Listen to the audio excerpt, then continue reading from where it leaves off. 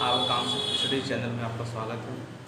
आज हम लोग क्लास 12 के भौतिक विज्ञान का अध्याय 5 वैद्युत चालन का टॉपिक मुक्त इलेक्ट्रॉनों के अनुगमन वेग एवं वैद्युत धारा में संबंध के बारे में पढ़ेंगे। इसके पहले के वीडियो में हमने आपको इसके पहले का जो सारा डेरिवेशन न्यूमेरिकल या डिफिनीशन था आपको वीडियो द्वारा दे दिया गया है। ये जो हेडिंग है या टॉपिक है मोस्ट इम्पॉर्टेंट है, एग्जाम में आता भी है।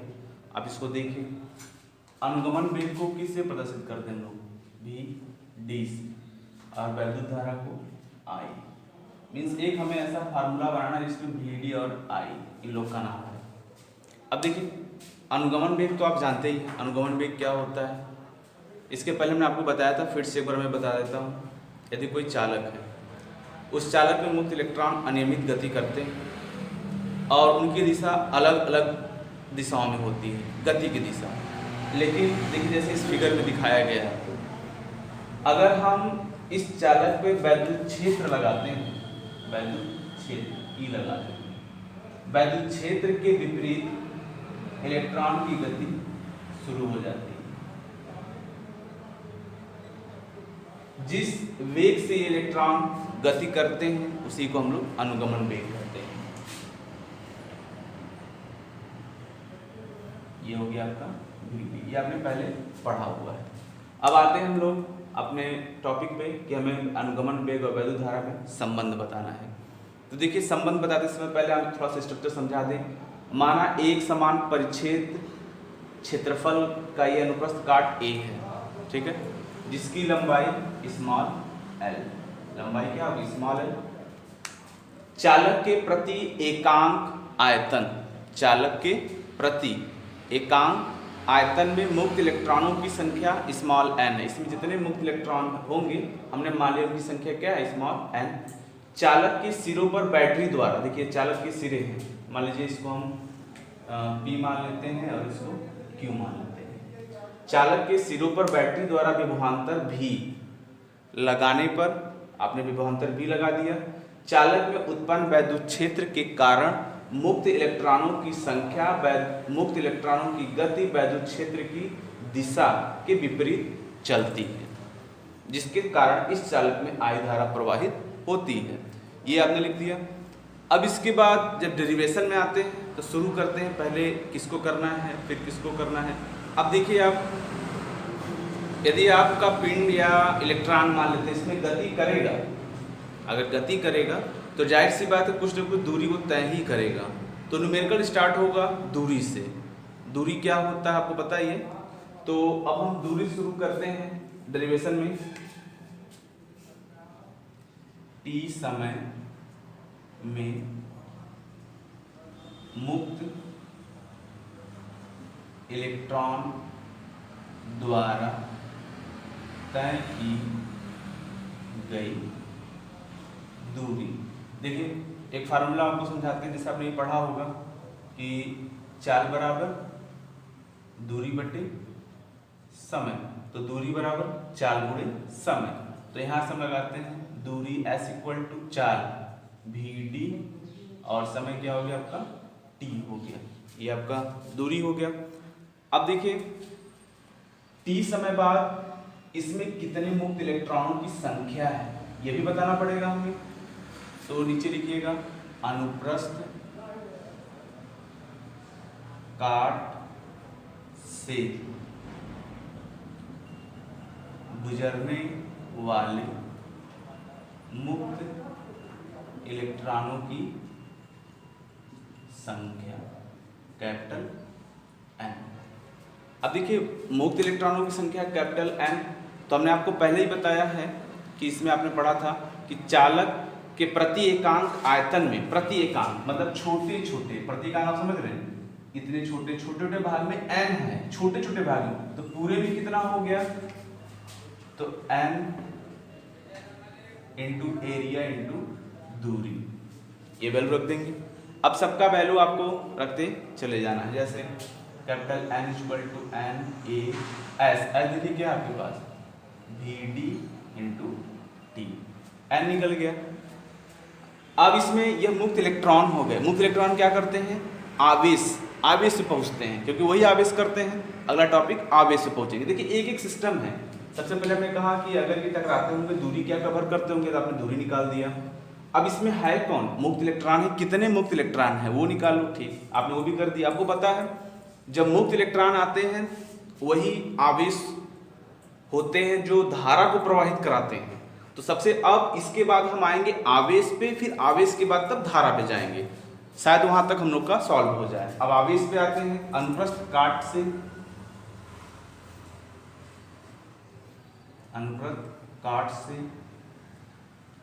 गुजरने वाला आवेश, ये क्वांटम से है। Q = n e। मान लिया आप इसको फर्स्ट मान लेते हैं, इसको सेकंड मान लेते हैं। तो Q = n का वैल्यू देखिए यहाँ से, स्मॉल n a अनुगमन वेग, फिर t है और e है। आपने आवेश निकाल दिया। हमने क्या कहा? अब आवेश के बाद अब आवेश चलने लगा यानी धारा प्रवाहित होगी। अब चालक में प्रवाहित धारा, चालक में प्रवाहित एक एक सिस्टम से याद करिए। I = Q/T, इसको मान लेते हैं थर्ड। अब यही Q का वैल्यू यहाँ पुट कर देते हैं हम लोग।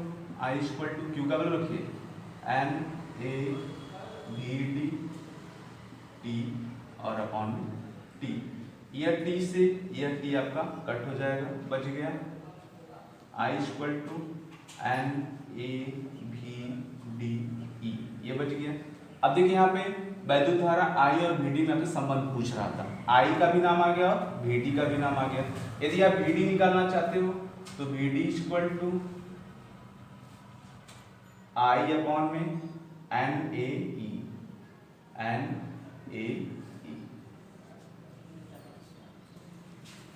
ये आपका संबंध हो गया। अब इसी में अगर ये आपका देखिए क्या है, ये वैद्युत धारा और अनुगमन वेग में संबंध हो गया। अगर इसी में आपको अगर पूछ दे कि धारा घनत्व में संबंध बताइए तो लिखेंगे धारा घनत्व में संबंध। न्यूमेरिकल में आते हैं तो देखिए धारा घनत्व तो आपने पढ़ा हुआ है, J = पढ़ा हुआ है, J = I अपॉन में A। तो I का वैल्यू देखिए यहाँ NAVD E और अपॉन में A से A आपको कट हो जाएगा। तो J = NVD × A। ये आपका धारा घनत्व और अनुगमन वेग में संबंध हो गया। धारा घनत्व में संबंध और ब्रैकेट में अनुगमन वेग, ये न्यूमेरिकल में आपको आता है। ये देखिए आपका एक डेरिवेशन है जो कि बहुत सिंपल है, बस आपको एक बार इसको सॉल्व करना है, बाकी तो सारा हो जाएगा। चलिए अगला टॉपिक पढ़ते हैं हम लोग। देखिए अगला आपका टॉपिक है अनुगमन वेग की वैद्युत क्षेत्र की निर्भरता। अनुगमन वेग वैद्युत क्षेत्र पे किस प्रकार निर्भर करता है इसके बारे में आपको जानना है। जैसा कि फिगर आपका एक ही रहेगा, ये एक चालक है, ये क्षेत्रफल का, लंबाई स्मॉल है, इसमें मुक्त इलेक्ट्रॉन है। जैसे आपने विभव दिया, वैद्युत क्षेत्र दिया,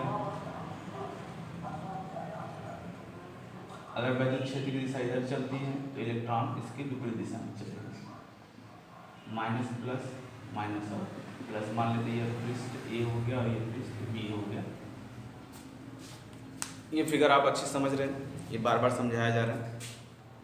इसमें आपने देखा कि जब चालक के सिरों पर बैटरी जोड़ी जाती है तो वैद्युत क्षेत्र उत्पन्न होता है। वैद्युत क्षेत्र के विपरीत दिशा में सभी मुक्त इलेक्ट्रॉन चलना शुरू करते हैं जो आवेश को ले जाते हैं, और जब आवेश जाता है तो उस परिपथ में निरंतर धारा बनी रहती है।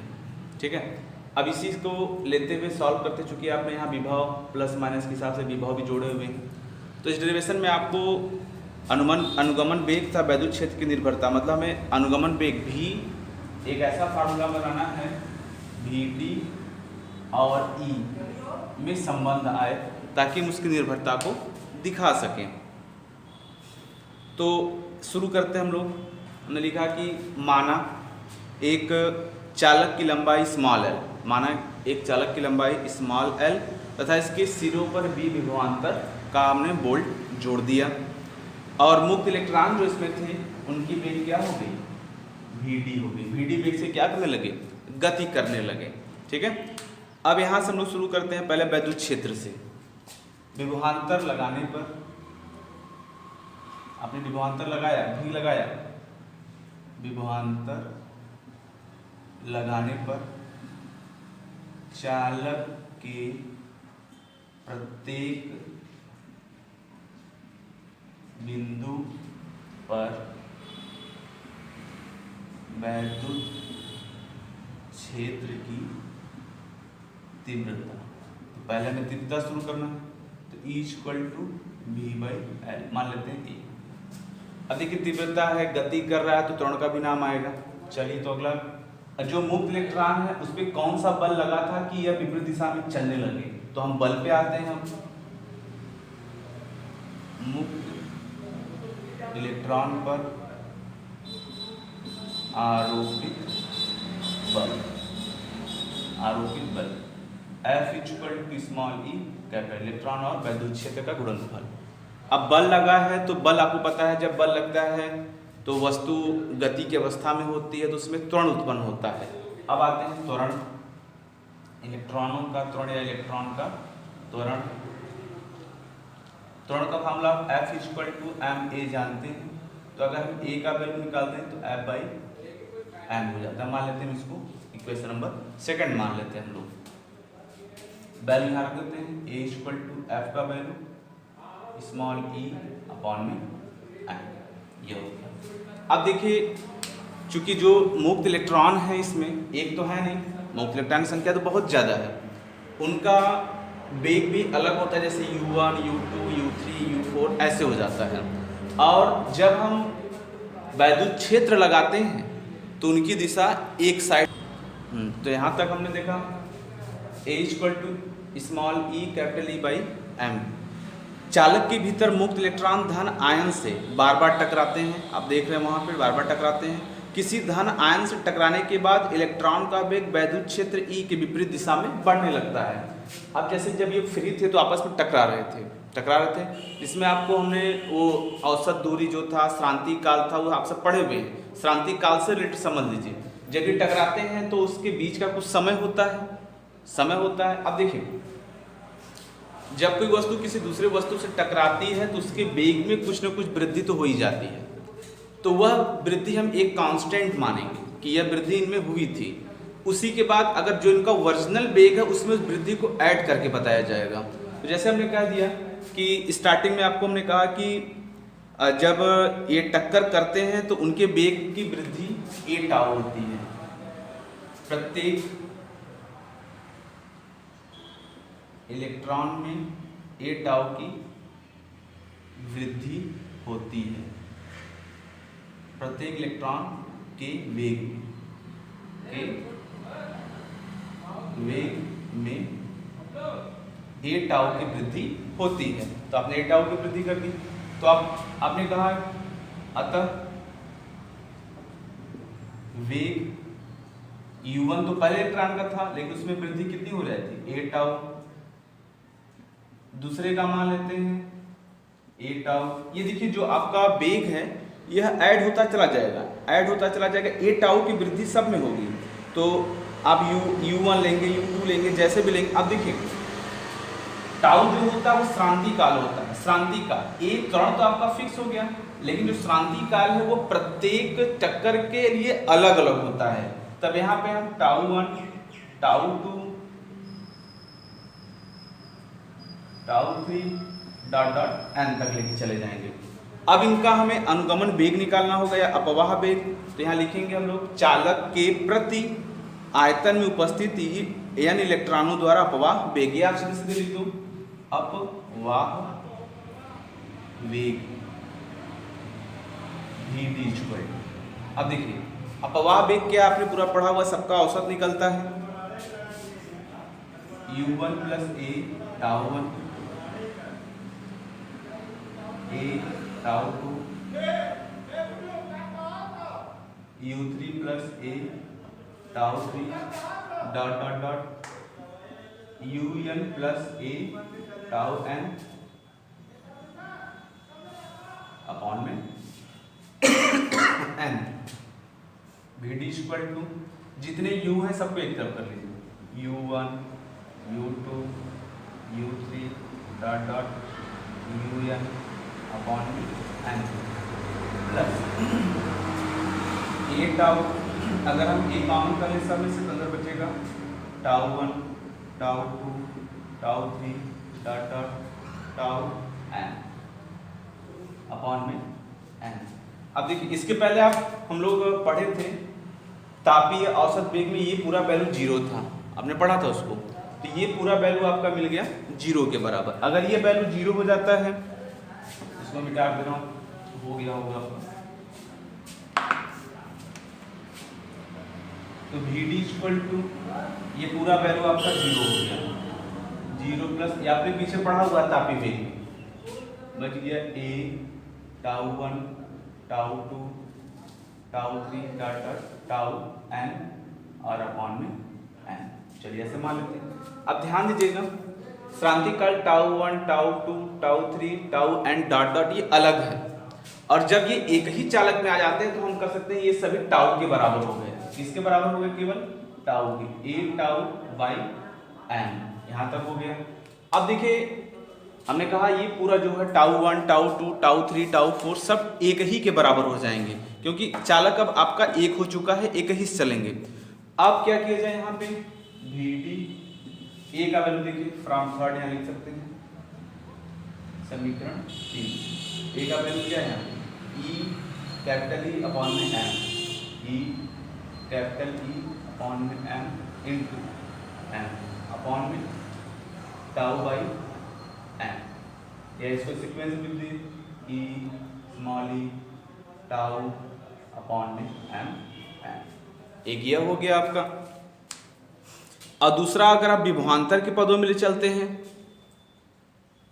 विभवांतर के पदों में भी आपको मिलेगा ये वैल्यू, विभवांतर भी आपको देखना पड़ेगा, लगता है कुछ यहाँ से हम लोग का ई का वैल्यू, चलिए ठीक है। और अगर हम यहाँ समीकरण 1 से ले लेते हैं अगर, तो देखिए वी डी इक्वल टू ई का वैल्यू देखिए ध्यान से क्या रखना है हमें, इस ई की जगह हमें v बाई एल रखना है, तो v by L E tau upon में एम। चलिए मान लेते हैं वैसे v by L E tau upon में एम एन हो गया। अब आप हमें जानते हैं लोग कि जो हम लोग का इसमें v है, विभवांतर है, l है जो लंबाई है, तो इस संबंध को हम कह सकते हैं कि अनुगमन वेग एवं ये विभवांतर में संबंध है। किसमें? अब देखिए यहाँ पे टाउ अपॉन एन को केवल टाउ कह सकते हैं हम लोग। यहाँ पे जैसे ये पूरा आपका औसत था, औसत, तो चाहे हम टाउ अपॉन एन की जगह केवल टाउ लिख सकते हैं, तो ये हटा देते हैं यहाँ से, ये आपका हट गया, ये वैल्यू यहाँ से हट जाएगा, ये भी हट जाएगा, ये भी हट जाएगा। तो आप ऊपर से इसको सुधार लीजिएगा फिर, ताकि प्रॉब्लम ना हो आपको याद करने में। ये वैल्यू ऐसे हो जाएंगे, ये आपका एक इक्वेशन यहाँ तैयार हो गया और एक इक्वेशन यहाँ, और आगे आपको ये इक्वेशन जब डेरिवेशन दोबारा होगा तो इसकी जरूरत पड़ेगी। इसको आप अच्छे से याद रखे रहिएगा, और ये संबंध आप याद रखे रहिएगा। ये आपका विभवांतर और अनुगमन वेग में संबंध हो गया, यह वैद्युत क्षेत्र व अनुगमन वेग में संबंध हो गया। चलिए अगला टॉपिक हम लोग पढ़ते हैं। अगला आपका टॉपिक था गतिशीलता। देखिए गतिशीलता क्या है? आवेश वाहकों द्वारा प्राप्त अनुगमन वेग, अनुगमन वेग का मतलब v तथा लगाया गया वैद्युत क्षेत्र E का अनुपात गतिशीलता कहलाता है। गतिशीलता मोबिलिटी मतलब इंग्लिश में कहा जाता है उसको। तो गतिशीलता को हम लोग म्यू से प्रदर्शित करते हैं, म्यू से। तो अकॉर्डिंग डिफिनेशन की अनुगमन वेग Vd और वैद्युत क्षेत्र E का अनुपात क्या कहलाता है? गतिशीलता कहलाता है। तो मान लीजिए अगर इसको हम और आगे बढ़ाना चाहें, मतलब भाई न्यूमेरिकल लगाएंगे तो इसमें अलग अलग प्रकार के सॉल्व में, डेरिवेशन में, सॉरी जब न्यूमेरिकल लगाते हैं तो हमें फार्मूला बनाना पड़ता है। तो यही से हम शुरू करते से हमने इसके पहले जस्ट अनुगमन वेग Vd इक्वल टू क्या पढ़ा था? Vd equal to capital E small E tau और अपॉन में एम, ये पढ़ा हुआ था। अब इसमें क्या करेंगे, देखिए ये Vd का वैल्यू मान लेते हैं फर्स्ट में, तो गतिशीलता मतलब मोबिलिटी गतिशीलता म्यू इक्वल टू ये Vd का यहाँ लिख सकते हैं समीकरण E का ये आपने भी लिखा Vd का ये वैल्यू पूरा हमें यहाँ पुट करना होगा, तो E small E tau upon में एम अपॉन में कैपिटल ई, ये वैल्यू कैपिटल ई से कैपिटल ई आपका कट हो गया, मिल गया ई टाउ अपॉन में एम। ये देखिए गतिशीलता ई टाउ अपॉन में एम, तो देखिए इसमें आपको ई का कोई जिक्र नहीं है, गतिशीलता में ई का कोई जिक्र नहीं यहाँ पर है, तो आप कह सकते हैं जो गतिशीलता होती है वह वैद्युत क्षेत्र पर निर्भर नहीं करती। ठीक है, मात्रक इसका लिख सकते हैं लोग, मात्रक होता है मीटर स्क्वायर प्रति वोल्ट सेकेंड, ये से क्या होते हैं, मात्रक होते हैं। अब देखिए अगला आपका है टॉपिक, आज अगला आपका है गतिशीलता था वैद्युत धारा धारा घनत्व में संबंध। अब देखिए अभी हमने गतिशीलता पढ़ा था mu equal to Vd upon में ई, ये म्यू इक्वल टू में भी पढ़ा था। Vd इक्वल टू देखिए मैं स्टार्टिंग में बहुत सारे फार्मूले पढ़ चुके हैं Vd का, एक हमने ये भी पढ़ा था I अपॉन में ए एन स्मॉल, देखिए आपको सब याद करना पड़ेगा पिछले का, तभी आप आगे लगा पाएंगे। अब हमने कहा कि ये 1 हो गया और ये मान लेते हैं 2, समीकरण 1 हुआ 2 से क्या करना है आपको, यहाँ म्यू लिखना है, Vd का वैल्यू ये पूरा वैल्यू ये I अपॉन में ए एन ई और अपॉन में कैपिटल, या फिर I अपॉन में ए एन ई और कैपिटल, ये आपका म्यू निकल गया। देखिए अब ये किस में आया, ये पहला आपको मिल गया गतिशीलता म्यू और वैद्युत धारा में संबंध, तो आप यहाँ लिख सकते हैं म्यू व I में संबंध हो गया आपका वैद्युत धारा। अब दूसरा धारा घनत्व तो J की बात आती है, J धारा घनत्व तो J, तो J इक्वल टू आपने पढ़ा है J equal to I by A, चलिए I बाई ए करके हम लोग चेक कर लेते हैं। अब देखिए इसमें क्या करना है आपको कि जैसे हमने फार्मूला सेट किया था बस उसी के हिसाब से वैसे ही आपको सिर्फ रखना है। देखिए आपने लिखा mu equal to I upon में ए एन स्मॉल ई और कैपिटल, तो आप देख रहे हैं यहाँ पे I अपॉन में ए लिखा हुआ है, I अपॉन में किसके बराबर, J के बराबर, तो म्यू इक्वल टू ये पूरा वैल्यू उठा के J अपॉन में एन ई और कैपिटल, ये देखिए किसमें आपको मिल गया धारा घनत्व तो J और गतिशीलता म्यू में संबंध, तो लिख सकते हैं म्यू व J में संबंध। आज के लिए बस इतना ही, आप लोग ध्यान से पढ़िए और जो पढ़ाया जा रहा है उसको तैयार करते रहिए। धन्यवाद।